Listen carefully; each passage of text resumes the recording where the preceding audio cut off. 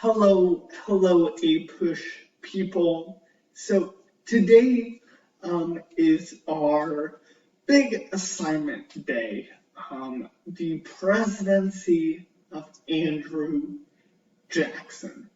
And you guys have a 20-question assignment posted on Google Classroom about the presidency of Andrew Jackson to complete by next Monday. So I'm giving you plenty of time to get it done. But in this video, we are going over the presidency of Andrew Jackson, some of the policies he enacted, and that stuff. So Jackson was a different kind of president from any of his predecessors. A strong leader, he not only dominated politics for 8 years, but also became a symbol of the emerging working class and middle class, the so-called common man. He was the common man president. Born in a frontier cabin, Jackson gained fame as an Indian fighter and as a hero of the Battle of New Orleans, and came to live in a fine mansion in Tennessee as a wealthy planter and slave owner. But he never lost the rough manners of the frontier. He chewed tobacco, fought several duels, and displayed a violent temper. Jackson was the first president since Washington to be without a college education. In a phrase, he could be described as an extraordinary man. This self-made man and living legend drew support from every social group in every sector of this country. So that's what you have to understand about Andrew Jackson. He was a common man. He appeared as a common man. So presidential power.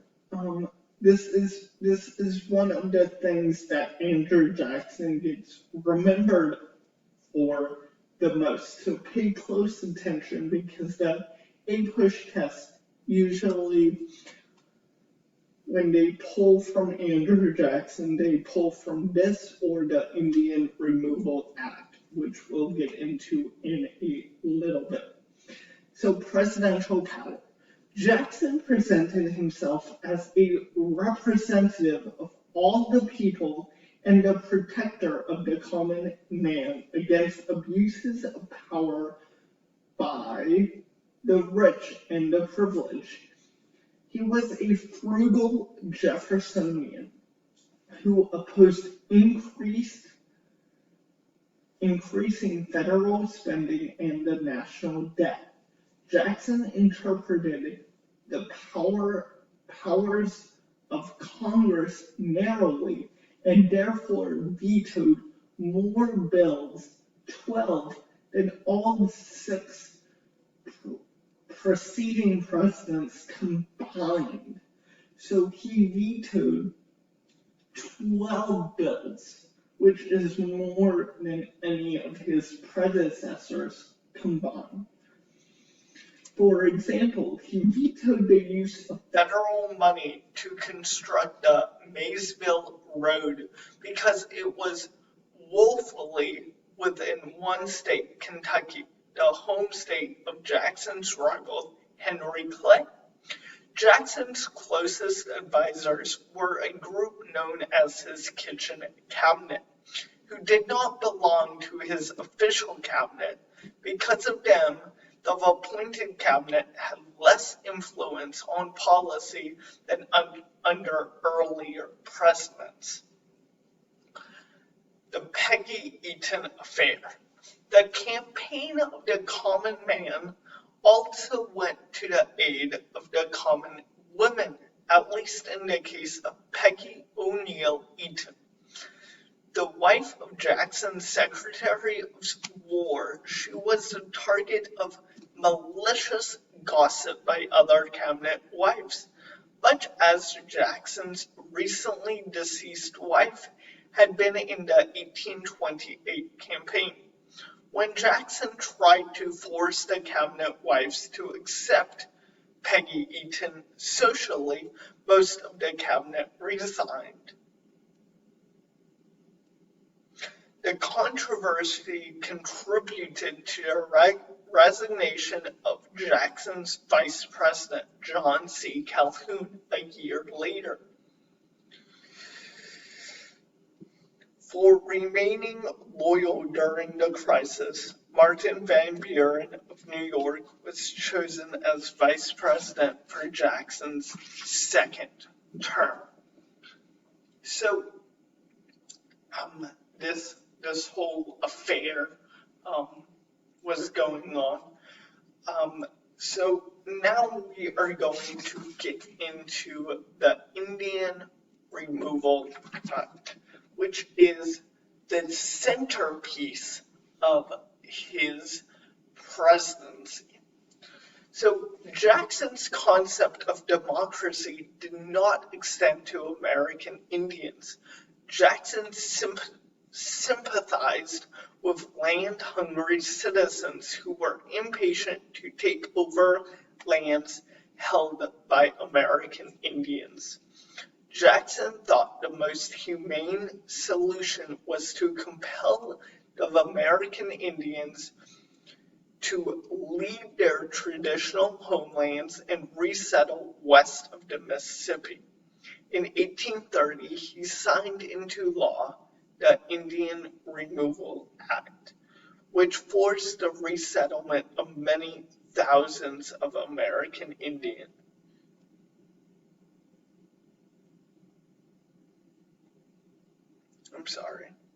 By 1835, most Eastern tribes had reluctantly complied and moved west. The Bureau of Indian Labor was created in 1836 to assist the resettled tribes. Most politicians supported a policy of Indian removal. Georgia and other states passed laws requiring Cherokees to migrate to the west.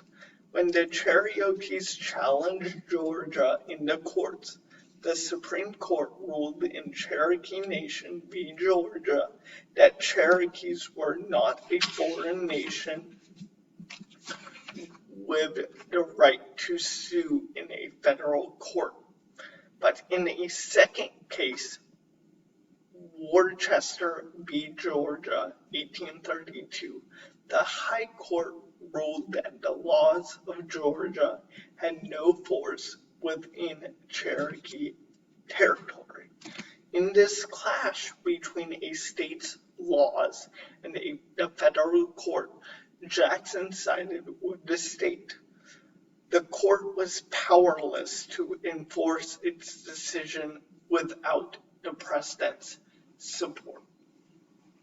So here we are, Jackson really leaning on and supporting the states in this issue. So the road to the west was called the Trail of Tears, and that's where we'll end off today. Most Cherokees repudiated the settlement of 1835, which provided land in the Indian Territory. In 1838, after Jackson had left office, the U.S. Army forced 15,000 Cherokees to leave Georgia. The hardship on the Trail of Tears westward caused the death of 4,000 Cherokees. So the nullification crisis and bank veto are two things I want you to read as you are doing your assignment. The reason why I want to bring the Indian Removal Act and presidential powers into a video is I wanted to explain to you how Jackson used his presidential powers to exceed the Constitution. He was regarded as, he was basically the Donald Trump of those days. He was regarded as coming in after a campaign that we went over yesterday was nasty and bitter, coming in and really changing the system, vetoing laws, removing Indians, like putting forth record-setting policies, precedents. So, yeah, that's it for this video. Tomorrow there will be a video, but not an assignment due. So work on that assignment, and I'll talk to you guys later.